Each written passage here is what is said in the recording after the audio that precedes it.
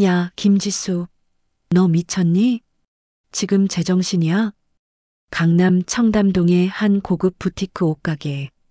우아하기로 소문난 박영숙 사장의 날카로운 고함 소리가 매장을 쩌렁쩌렁 울렸습니다. 직원들도 놀라서 숨을 죽인 채 고개를 숙였고 막 매장에 들어서려던 손님조차 흠칫 놀라 발길을 돌릴 정도였습니다. 어머님, 그래도 하나뿐인 아들 결혼식인데 친정 부모님이 안 오시면 사람들이 뭐라 하겠어요. 제발 한 번만. 바닥에 무릎을 꿇고 매달리는 며느리 지수 씨의 애원에도 시어머니 박 여사의 표정은 싸늘하기만 했습니다. 박 여사는 며느리가 내민 청첩장을 바닥에 내동댕이 치며 소리쳤습니다. 사람들이 뭐라 하는지 알아? 강남 한복판에서 명품샵을 운영하는 내가 어디 시장 바닥에서 생선이나 파는 집안이랑 사돈 맺었다고 수군댄단 말이야. 안 그래도 창피해 죽겠는데 그 비린내 나는 몸으로 식장에 와서 내 얼굴에 똥칠을 하겠다고? 절대 안 돼, 어머님. 저희 엄마 평생 생선 만지셨지만 누구보다 깨끗하게 사신 분이에요. 비린내라뇨. 말씀이 너무 심하세요. 심해? 뭐가 심해? 너 지금 내 옆에 오지도 마. 내 몸에서도 그 퀴퀴한 짠내 나는 것 같아서 역겨워 죽겠으니까. 당장 나가. 그리고 내 부모한테 똑바로 전해. 식장에 얼씬도 하지 말라고. 오면 내가 경호원 시켜서 끌어낼 줄 알아. 자신의 아들 결혼식에 사돈이 참석하는 것조차 막아버린 비정한 시어머니. 오로지 체면과 거칠애에만 목숨을 거는 그녀에게 며느리의 친정은 지워버리고 싶은 오점일 뿐이었습니다. 하지만 박 여사는 꿈에도 몰랐습니다. 자신이 그토록 무시하고 천박하다며 손가락질했던 그 생선 장수 사돈이 사실은 자신이 매달 꼬박꼬박 임대료를 바치는 이 빌딩의 진짜 주인이라는 사실을 말입니다. 오만함의 끝을 달리던 시어머니가 건물주와의 재계약 날 회장실 문을 열고 마주하게 될 충격적인 진실, 그리고 그 뒤에 이어질 통쾌한 참교육의 현장으로 여러분을 초대합니다. 사연 시작 전 구독과 좋아요 눌러주시고 행운 가득 채워가세요. 안녕하세요. 저는 서울 강남에서 작은 카페를 운영하며 세상 돌아가는 이야기를 듣는 걸 좋아하는 50대 여성입니다. 오늘 제가 들려드릴 이야기는 제 단골 손님이자 정말 착하기로 소문난 동생 지수 씨의 기막힌 시집살이 사연입니다. 지수 씨는 참 성실하고 야무진 사람이었습니다. 대학 졸업 후 중소기업에 다니다가 지금의 남편을 만나 결혼했는데 남편은 대기업 과장의 인물도 훤칠하고 성격도 서글서글해서 남들이 보기엔 천생연분이라고들 했죠. 문제는 바로 시어머니 박영숙 여사였습니다. 박 여사는 강남 청담동 골목에서 수입 의류 부티크를 운영하고 있었습니다. 가게 이름은 라 비앙로즈. 장밋빛 인생이라는 뜻이라나요? 그 이름처럼 박 여사는 늘 머리부터 발끝까지 명품으로 휘감고 다녔습니다. 미용실에서 매일 드라이를 받은 완벽한 헤어스타일, 손가락마다 낀 보석 반지, 그리고 손님들에게 건네는 나긋나긋하고 교양 있는 말투까지. 동네 사람들은 박 여사를 보며 어쩜 저렇게 우아할까, 나도 저렇게 늙고 싶다며 부러워하곤 했습니다. 하지만 그건 어디까지나 보여주기용 모습일 뿐이었습니다. 가게 문을 닫고 집으로 돌아오거나 만만한 며느리 앞에서는 그 우아한 가면을 벗어던지고 표독스러운 본색을 드러내곤 했으니까요. 예, 김지수. 너 오늘 반찬이 이게 뭐니? 시금치가 왜 이렇게 짜? 너 나 고혈압으로 죽으라고 고사 지내니? 죄송해요, 어머님. 레시피대로 했는데. 레시피? 내가 무슨 요리사야? 입맛이 싸구려라 간도 못 맞추는 거 아니니?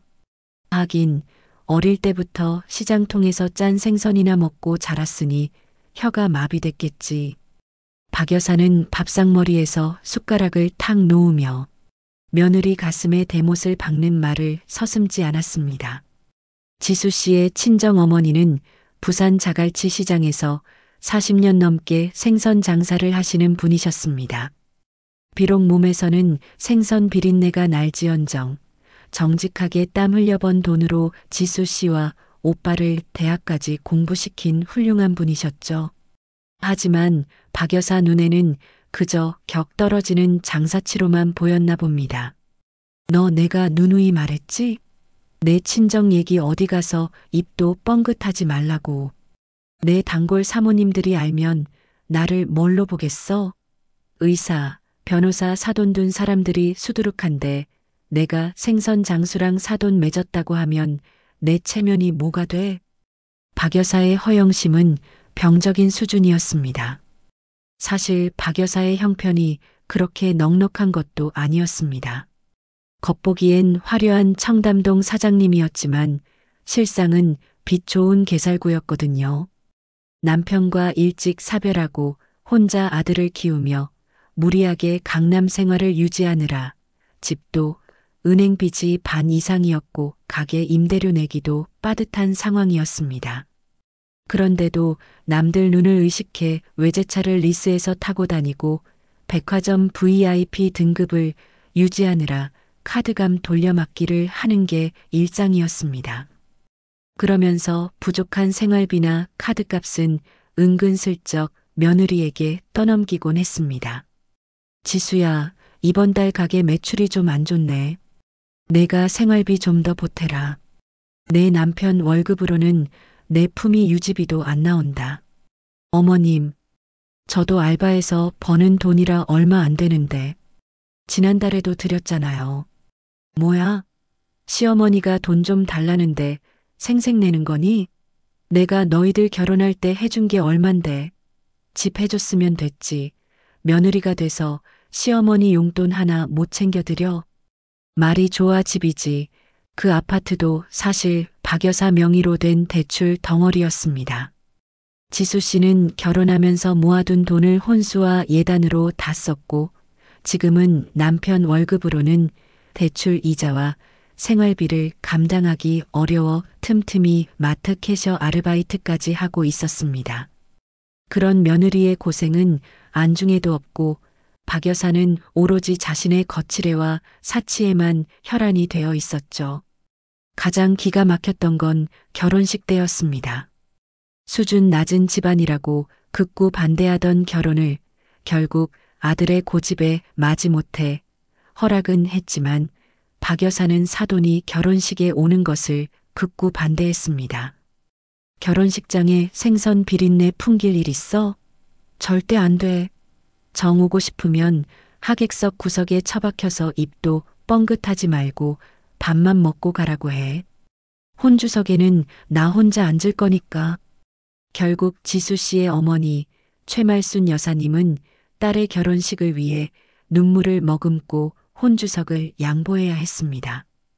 화려한 한복을 차려입은 박 여사가 혼자 꼿꼿하게 앉아 하객들의 인사를 받을 때 최 여사님은 식당 구석에서 먼발치로 딸의 모습을 지켜보며 눈물만 훔치셨습니다.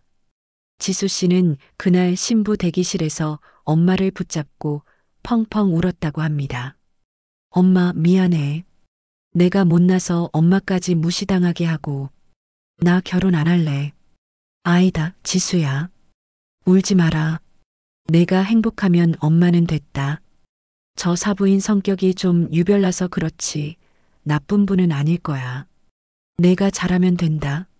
최 여사님은 오히려 딸을 위로하며 주머니에서 꼬깃꼬깃한 봉투 하나를 꺼내주셨습니다. 이거 시어머니한테 드려라. 예단비 부족하다고 타박하신다며. 엄마가 급하게 마련했다. 그 봉투 안에는 5천만 원 수표가 들어 있었습니다. 시장 바닥에서 1,000원, 2,000원 생선 팔아모은 피 같은 돈이었습니다. 지수 씨는 그 돈을 받고 가슴이 미어지는 것 같았지만 당장 시어머니의 구박을 면하려면 어쩔 수 없이 받아야 했습니다.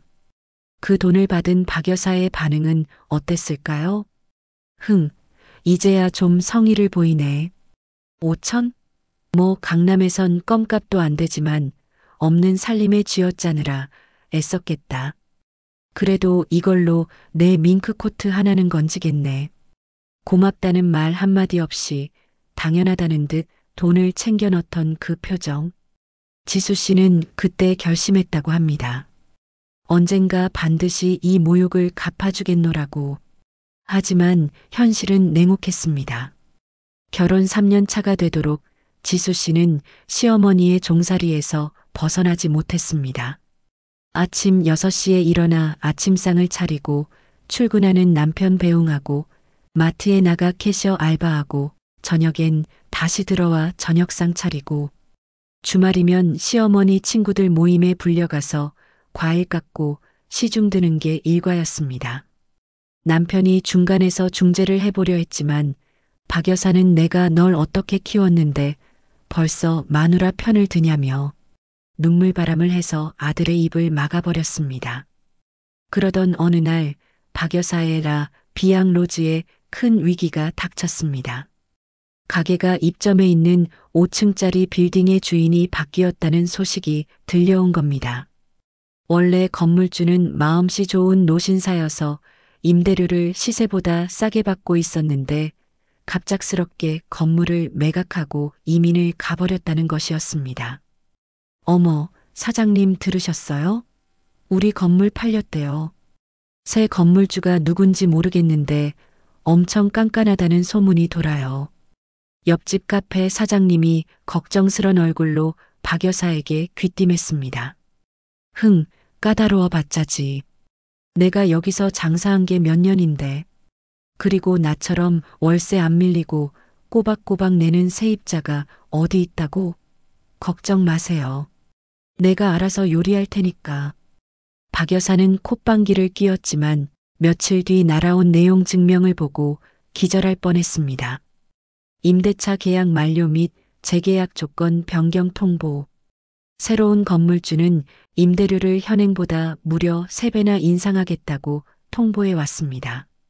보증금 1억에 월세 300만 원이었던 것을 보증금 3억에 월세 1,000만 원으로 올리겠다는 것이었죠.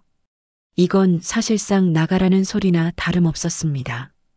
이게 무슨 날벼락이야. 월세 1,000만 원? 미쳤어? 누구 마음대로 3배를 올려. 박 여사는 종이를 구겨버리며 길길이 뛰었습니다. 당장 3억이라는 큰 돈을 구할 데도 없었고 월세 1,000만 원을 내면 남는 게 하나도 없었습니다. 가게를 빼야 할 판이었지만 강남 한복판에 있는 그 가게는 박 여사의 자존심이자 유일한 자랑거리였습니다.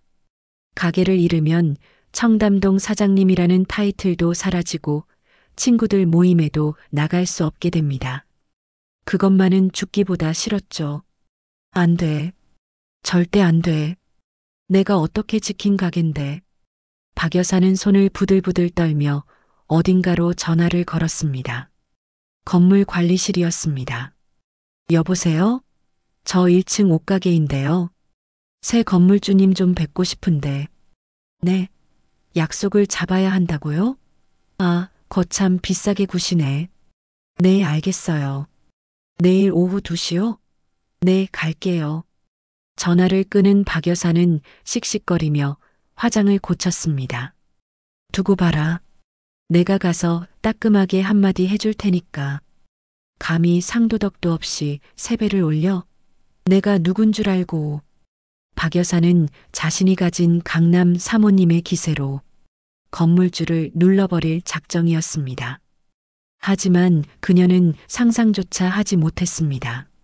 내일 오후 2시 그 건물주 사무실 문을 열었을 때 마주하게 될 사람이 누구인지, 그리고 그 만남이 자신의 인생을 송두리째 뒤흔들 폭풍의 시작이 될 줄은 꿈에도 모른 채 박 여사는 비장의 무기인 샤넬 정장을 다림질하고 있었습니다.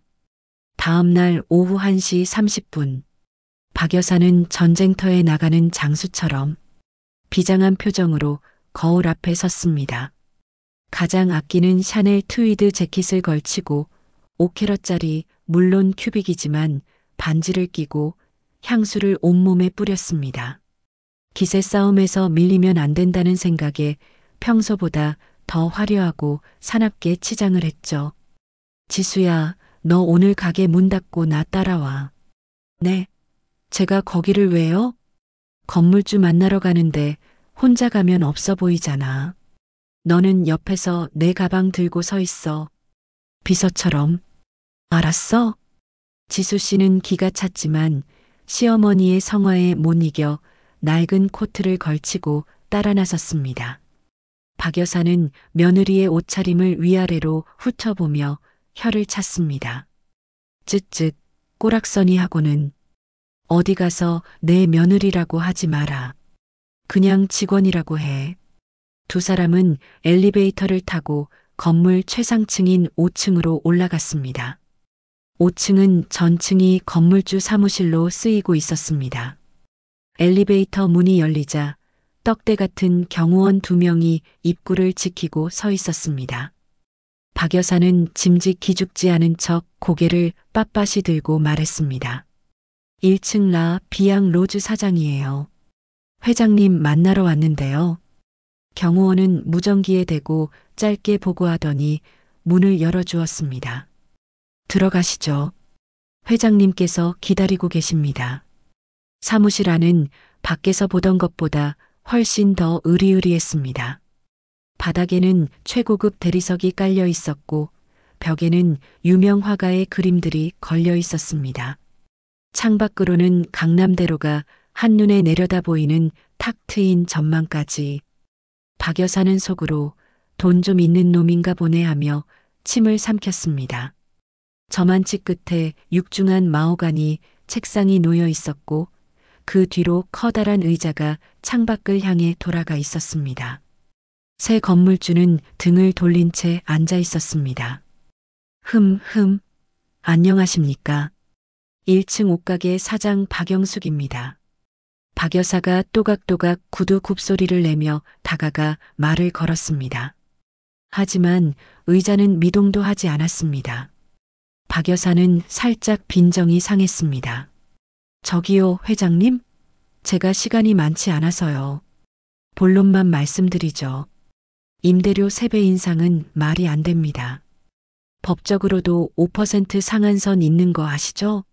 제가 변호사 써서 소송 걸면 회장님만 피곤해지세요. 그러니까 좋게 좋게 기존 조건대로 갑시다. 네. 박 여사는 다다다 쏘아붙였습니다. 기선 제압용 멘트였습니다. 나 법 좀 아는 여자야 만만하게 보지 마라는 시그널이었죠. 그때였습니다. 돌아가 있던 의자가 천천히 아주 천천히 돌아가기 시작했습니다. 기익. 박 여사는 팔짱을 낀 채 도도한 표정으로 의자를 노려보았습니다. 어디 낯짝 좀 보자. 어떤 놈인지. 의자가 완전히 돌아가고 그 안에 앉아 있는 사람의 얼굴이 드러난 순간 박 여사의 눈은 믿을 수 없을 만큼 커졌고 팔짱을 끼고 있던 손은 힘없이 툭 떨어졌습니다. 입에서는 헉 하는 외마디 비명과 함께 숨이 턱 막혔습니다. 그곳에는 낡은 몸빼 바지 대신 세련된 정장을 입고 뽀글거리던 파마 머리를 우아하게 드라이한 채 뿔테 안경 너머로 서늘한 눈빛을 쏘고 있는 한 중년 여성이 앉아 있었습니다. 얼굴은 분명 낯이 익었습니다. 아니, 모를 수가 없는 얼굴이었습니다.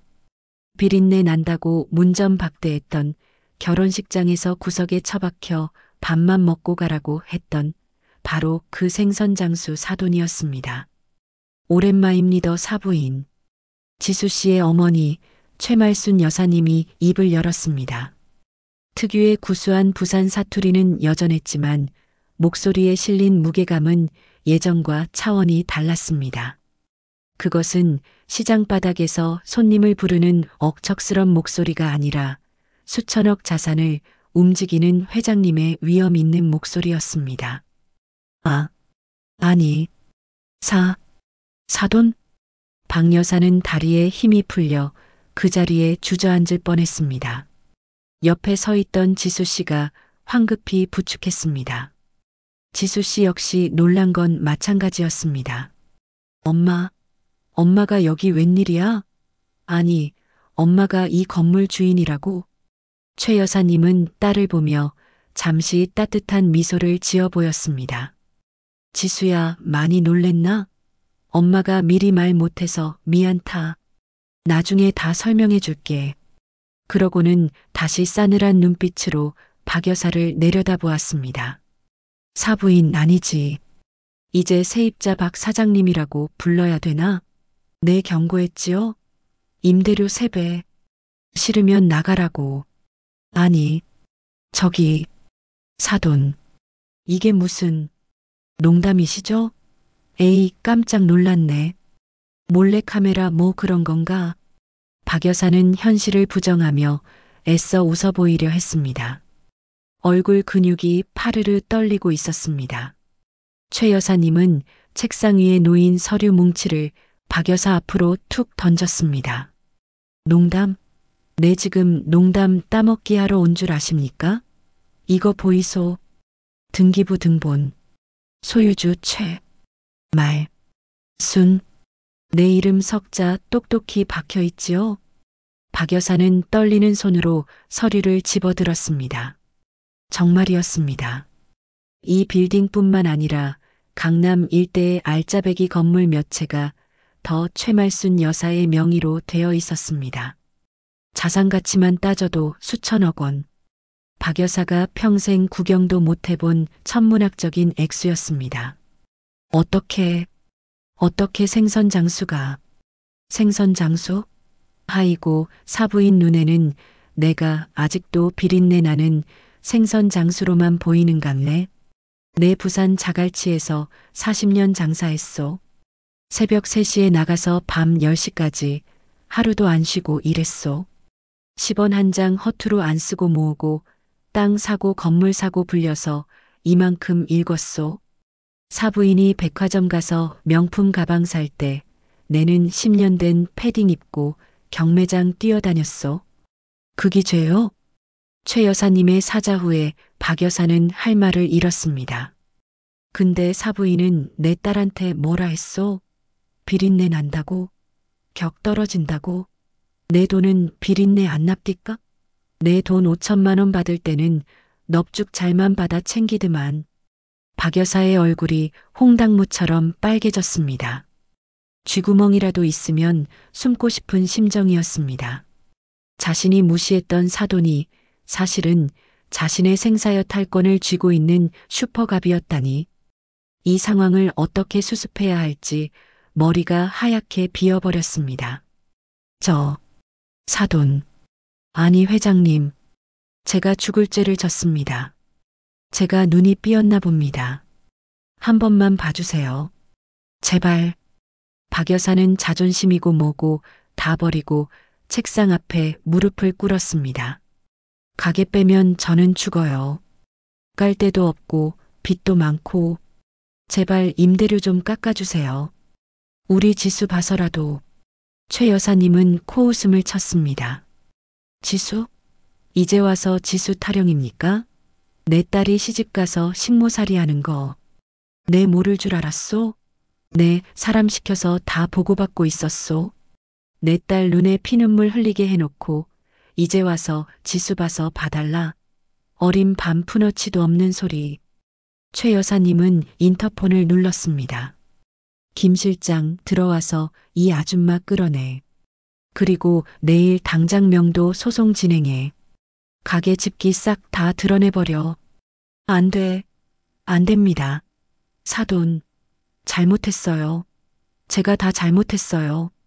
박 여사는 경호원들에게 끌려나가면서도 처절하게 비명을 질렀습니다. 하지만 닫히는 문틈으로 보인 최 여사님의 표정은 단호하기만 했습니다. 지수 씨는 멍하니 서 있었습니다. 엄마가 이렇게 대단한 분이었다니.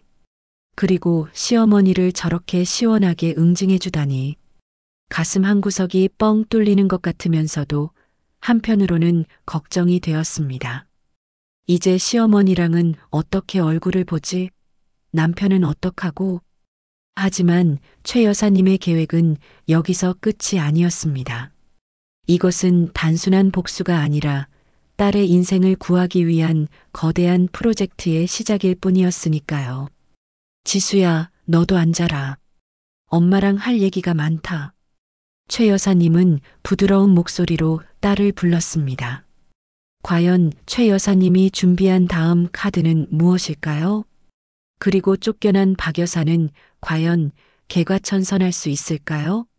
시어머니가 끌려나간 후 정막이 감도는 회장실. 최말순 여사는 그제야 긴장이 풀린 듯 안경을 벗어 탁자에 내려놓고 딸 지수 씨의 손을 꼭 잡았습니다. 거친 생선가시와 칼질에 굳은 살이 박힌 투박한 엄마의 손. 하지만 그 손은 세상 그 어떤 명품 가방보다 든든하고 따뜻했습니다.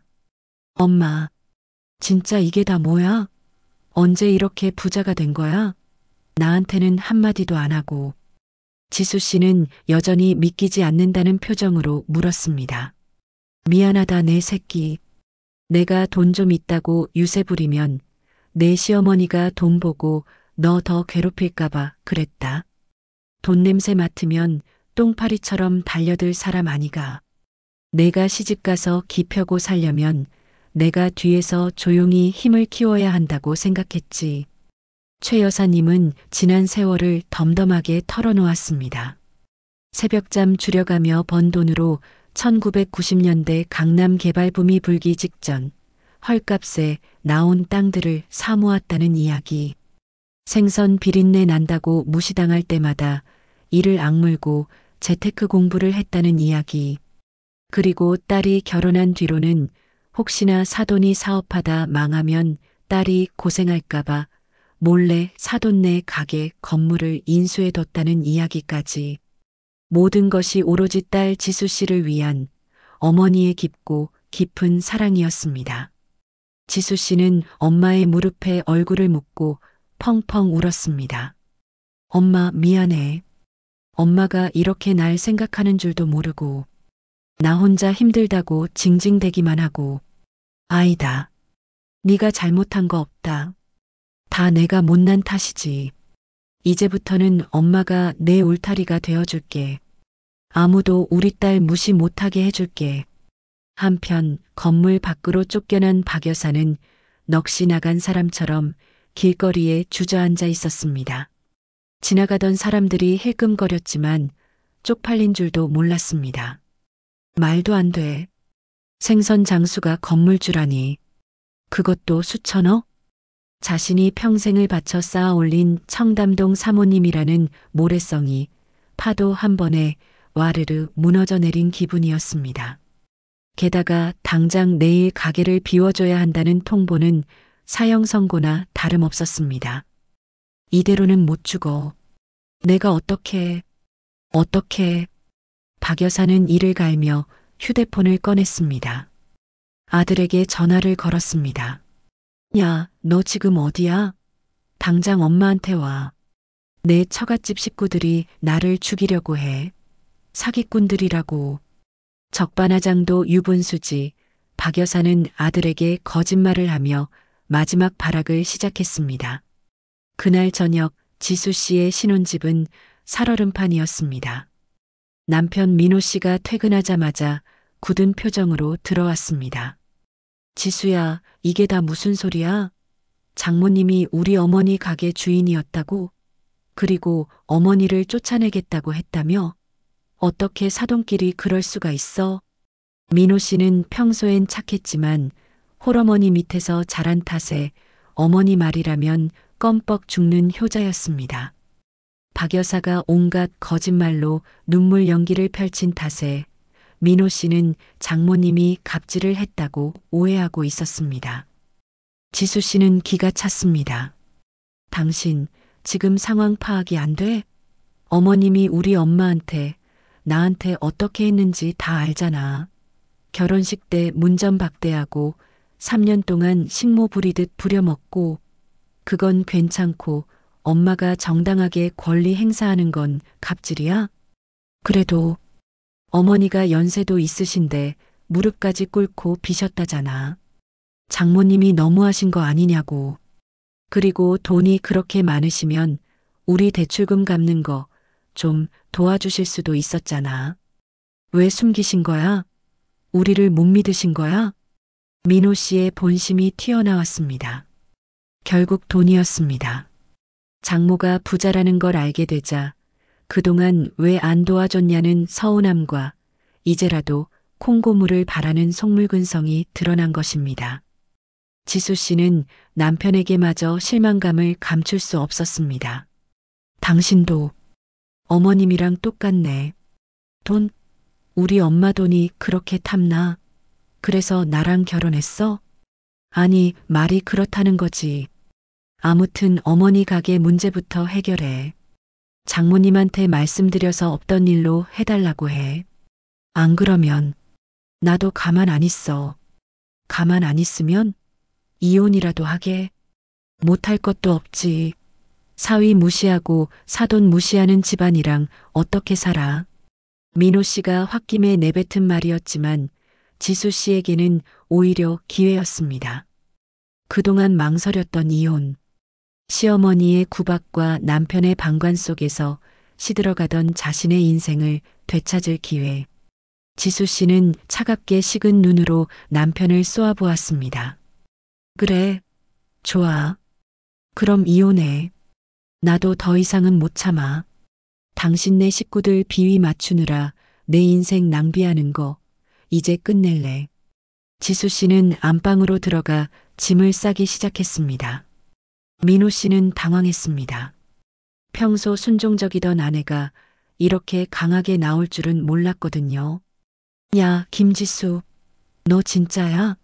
너 지금 나가면 다시는 못 들어와. 안 들어와. 걱정 마.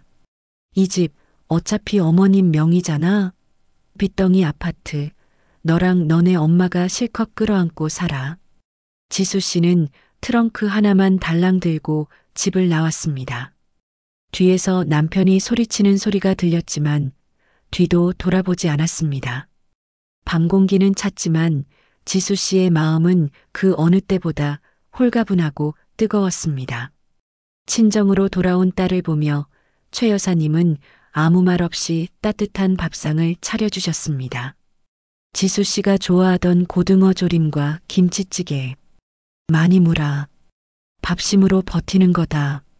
엄마, 나 이혼할 거야.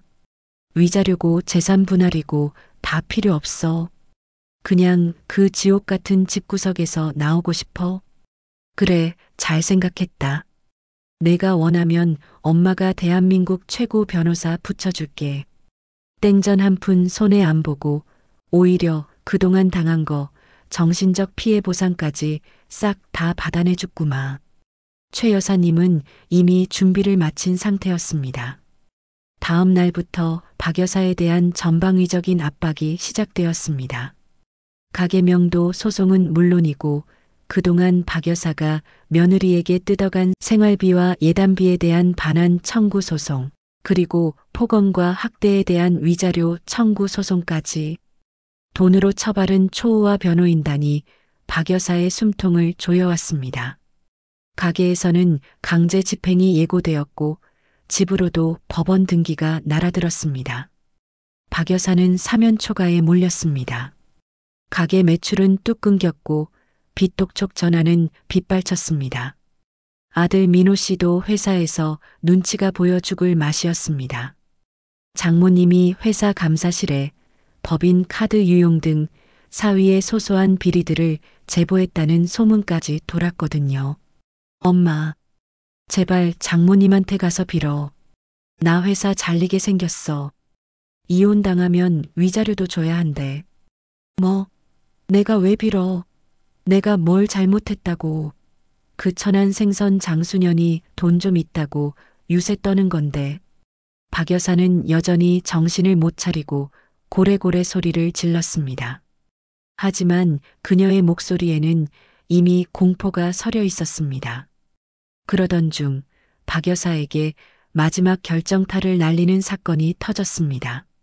박 여사가 그토록 자랑하던 청담동 사모님 모임에서 그녀가 며느리 친정을 무시하다가 역관광 당하고 쫓겨났다는 소문이 쫙 퍼진 겁니다. 어머, 박 사장. 자기는 짝퉁 명품이나 입으면서 며느리한테 갑질했다며? 알고 보니 사돈이 수천억 자산가라면서? 아이고 창피해라. 우리 모임 품격 떨어지게 왜 이래? 박 사장, 앞으로 우리 모임 나오지 마. 회비 밀린 거나 갚고. 친구들에게조차 손절당하고 왕따가 된 박 여사. 돈도 명예도 가족도 자존심도 모두 잃고 빈 껍데기만 남은 신세가 되었습니다. 이제 그녀에게 남은 선택지는 단 하나뿐이었습니다. 박 여사는 더 이상 물러설 곳이 없었습니다. 가게는 강제 집행 예고장이 붙어 문을 닫았고 집은 경매에 넘어갈 위기에 처했습니다. 아들은 매일 술에 취해 들어와 엄마 탓을 하며 행패를 부렸고 친구들은 전화를 받지 않았습니다. 하지만 박 여사는 포기하지 않았습니다. 아니, 포기할 수 없었습니다. 그녀에게 남은 것은 삐뚤어진 아집과 도끼뿐이었습니다. 그래, 갈 때까지 가보자. 내가 이대로 당하고만 있을 줄 알고? 박 여사는 마지막 승부수를 띄웠습니다. 바로 언론 플레이였습니다. 요즘 세상에 갑질 이슈 하나면 대기업 회장도 한 방에 보낼 수 있다는 얄팍한 계산이었습니다. 박 여사는 평소 알고 지내던 삼류 인터넷 신문 기자를 불렀습니다. 그리고 눈물 없이는 들을 수 없는 피해자 코스프레를 시작했습니다. 기자 양반, 이거 특종이야. 수천억 자산가인 건물주가 힘없는 세입자를 내쫓으려고 갑질하는 거라고. 게다가 그 건물주가 내 사돈인데 며느리랑 짜고 시어머니인 나를 괴롭히는 거야. 폐륜이지, 폐륜. 다음 날 자극적인 제목의 기사가 인터넷에 떴습니다. 단독 수천억 자산가 장모의 갑질. 가난한 시댁 쫓아내라 폐륜 논란. 기사 내용은 박 여사의 거짓말을 그대로 받아쓴 소설이나 다름없었습니다. 며느리가 시어머니를 학대했다거나 장모가 돈으로 사위를 협박했다는 식의 허위 사실들이 판을 쳤습니다. 댓글창은 난리가 났습니다. 전후 사정도 모르는 네티즌들은 돈이 벼슬이냐, 장모가 미쳤다며 최 여사님과 지수 씨를 욕했습니다. 박 여사는 희희낙낙했습니다. 맞지? 여론은 내 편이야. 이제 내 엄마도 별 수 없을걸? 합의금 두둑이 챙겨주면 기사 내려달라고 해줄 수도 있는데. 박 여사는 뻔뻔하게 지수 씨에게 전화를 걸어 협박까지 했습니다. 하지만 박 여사의 얕은 수는 최 여사님에게 통하지 않았습니다. 최 여사님은 산전수전 다 겪은 자갈치 시장의 여장부였습니다. 이런 유언비어 따위에 눈 하나 깜짝할 뿐이 아니었죠. 아이고, 고작 한다는 짓거리가 이거가? 내 이럴 줄 알았다. 지 무덤지가 파는구나. 최 여사님은 즉시 반격에 나섰습니다. 변호인단을 통해 해당 언론사와 기자를 허위사실 유포 및 명예훼손으로 고소하고 정정 보도를 청구했습니다.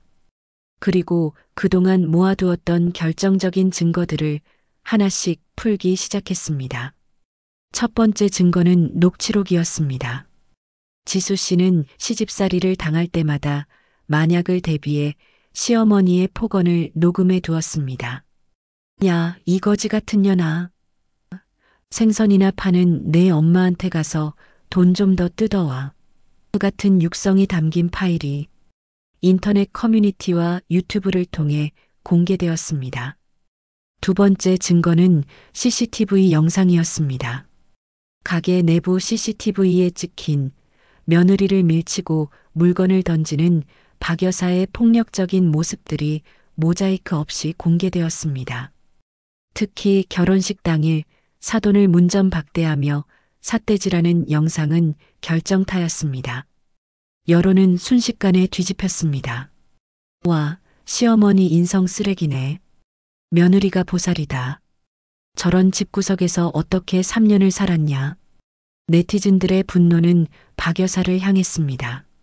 처음에 썼던 기사는 삭제되었고 해당 기자는 사과문을 올리고 잠적했습니다. 박 여사는 이제 집 밖으로 나갈 수도 없게 되었습니다. 동네 슈퍼만 가도 사람들이 수군거렸고 가게 앞에는 계란을 던지는 사람까지 생겼습니다. 완벽한 사회적 매장이었습니다. 법원에서도 박 여사의 악행을 인정했습니다. 이혼 소송 판결이 났습니다. 피고인 남편과 그 직계 존속 시어머니의 부당한 대우로 인한 혼인 파탄 인정. 위자료 5천만 원 지급하라. 재산 분할에서도 지수 씨의 기여도와 친정의 지원이 인정되어 며느리 예단비로 빚을 갚았던 박 여사 명의로 된 신혼집 아파트에도 가압류가 들어왔습니다. 안 돼. 내 집, 내 가게, 다 내 거야. 강제 집행관들이 들이닥쳐 집에 빨간 딱지를 붙이던 날, 박 여사는 거실 바닥을 구르며 발악했습니다. 하지만 아무도 그녀를 동정하지 않았습니다. 아들 민호 씨조차 짐을 싸서 나가버렸습니다. 엄마 때문에 내 인생 다 망쳤어. 이제 엄마랑 못 살아. 하나뿐인 아들에게 버림받은 순간 박 여사의 세상은 완전히 끝났습니다. 텅 빈 아파트, 가구마다 붙은 빨간 딱지들 사이에서 박 여사는 홀로 남겨졌습니다. 화려했던 옷장은 텅 비었고 보석함은 빚쟁이들이 가져갔습니다. 전기도 끊기고 난방도 들어오지 않는 냉골 같은 방에서 박 여사는 컵라면 하나를 끓여 먹으며 40년 전 자신의 모습을 떠올렸습니다. 남편 잃고 어린 아들 없고 단칸방에서 시작했던 그때는 가난해도 희망이 있었고 아들과 함께라면 행복했습니다. 도대체 어디서부터 잘못된 걸까요? 자신의 허영심과 욕심이 결국 자신을 갉아먹고 파멸로 이끌었다는 사실을 박 여사는 너무 늦게 깨달았습니다. 한편 지수 씨는 완전히 새로운 삶을 시작했습니다. 이혼 후 친정으로 돌아와 엄마의 사업을 돕기로 했습니다. 엄마, 나 이제 생선 장수 딸인 거 안 숨길래. 엄마가 얼마나 대단한 사람인지 나도 이제 알았으니까. 지수 씨는 경영학을 공부하며 최 여사님의 자산을 관리하는 실무를 맡게 되었습니다. 명품 옷 대신 활동하기 편한 정장을 입고 당당하게 회장님을 보좌하는 지수 씨의 얼굴에는 전에 없던 자신감과 활기가 넘쳤습니다. 그러던 어느 날 지수 씨는 길에서 우연히 박 여사를 마주쳤습니다. 불과 몇 달 전까지만 해도 강남 사모님 소리를 듣던 박 여사는 이제 초라한 행색의 노인이 되어 있었습니다. 다 늘어난 티셔츠에 슬리퍼를 끌고 폐지 줍는 리어카를 힘겹게 끌고 가는 모습, 지수 씨를 알아본 박 여사는 황급히 고개를 돌려 피하려 했습니다. 하지만 지수 씨는 피하지 않았습니다. 당당하게 걸어가 박 여사 앞을 막아섰습니다. 어머님, 아니 박 여사님. 박 여사는 쥐구멍이라도 찾고 싶은 듯 고개를 푹 숙였습니다. 건강하세요? 지수 씨의 물음에 박 여사는 아무 대답도 하지 못하고 눈물만 뚝뚝 흘렸습니다. 지수 씨는 지갑에서 5만 원짜리 한 장을 꺼내 박 여사의 손에 쥐어주었습니다. 동정이나 적선이 아니었습니다. 지난 3년간 며느리로서 지켰던 마지막 예의이자 과거와의 완벽한 작별 인사였습니다. 식사 거르지 마세요. 그리고 다시는 마주치지 말아요, 우리. 지수 씨는 뒤도 돌아보지 않고 돌아섰습니다. 박 여사는 지수 씨의 뒷모습이 사라질 때까지 그 자리에 서서 오열했습니다. 후회해봤자 소용없는 일이라는 걸 알면서도 가슴을 치며 울었습니다. 그렇게 건물주 사돈 사건은 막을 내렸습니다. 누군가에게는 통쾌한 사이다였고 누군가에게는 뼈아픈 교훈이었습니다. 하지만 무엇보다 중요한 건 겉모습이나 재력이 아닌 사람의 진심이 결국 승리한다는 사실을 보여주었다는 점이겠죠. 지금까지 제 긴 이야기를 들어주셔서 감사합니다. 여러분 주위에도 혹시 겉모습만 보고 사람을 무시하는 사람이 있나요? 그 사람에게 이 사연을 꼭 들려주세요. 인생지사 세옹지마. 언제 어디서 상황이 역전될지 아무도 모르는 일이니까요. 오늘 이야기가 마음에 드셨다면 구독과 좋아요 부탁드립니다. 채널 내 재미있는 다른 사연들도 보시고 여러분의 마음을 댓글로 나눠주세요. 여러분의 따뜻한 한마디가 누군가에게 깊은 위로와 감동을 줍니다. 건강이 최고예요. 하루 한번 운동 잊지 마시고 행복한 하루 보내세요. 감사합니다.